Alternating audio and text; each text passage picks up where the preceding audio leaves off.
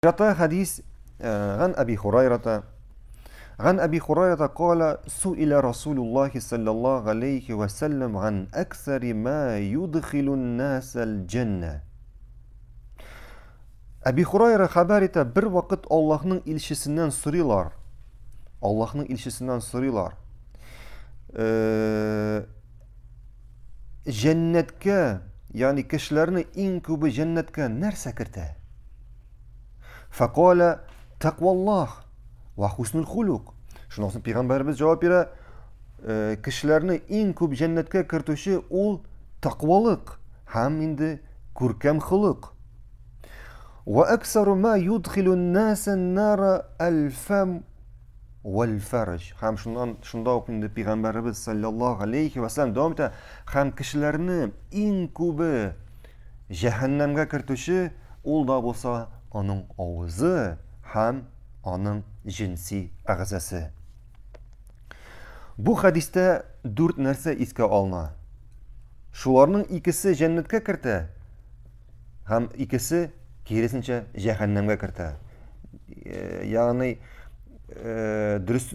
dürüstlep etsek yani cennetke kirgen en küp kişinin cennetke kirişi kişilerin en kübüsü şu iki nerse arkasına sebeple cennetke kire. Hem cehennemge kirişlerin en kübüsü şu iki nerse arkasında cehennemge kire. Nerseler var ettik yani.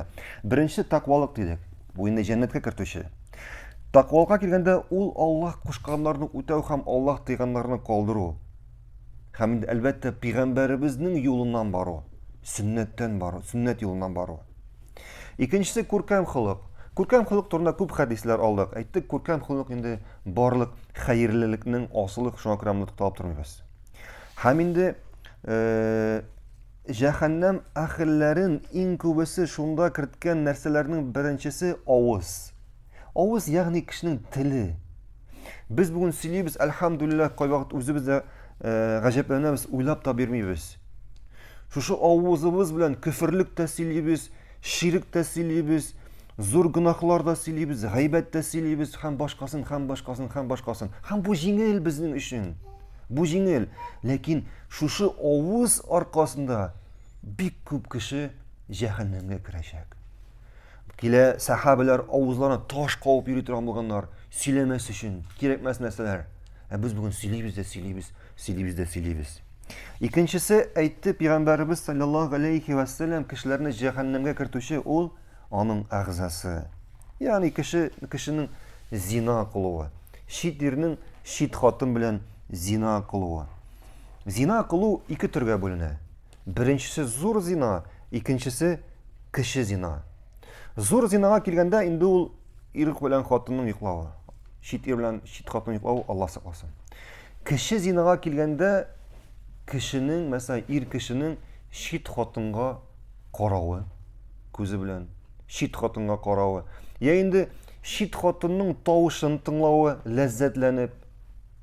Ya indi şit hatın bilen söyleşüğü bular barısı da kişi zinaga kireler. Hem indi eğer kişi bularga salkın qarı iken şu kişi zinaga uzaklamay ol zor zina kılacak. Uzaklamay ol zor zina kılacak. Şuna göre bizni Allah Peygamber Allah Subhanahu ve Teala şu kişi zinadan da tıydı. Ne için? Şu sebepler bizni zor zinaga alıp gelmesi için.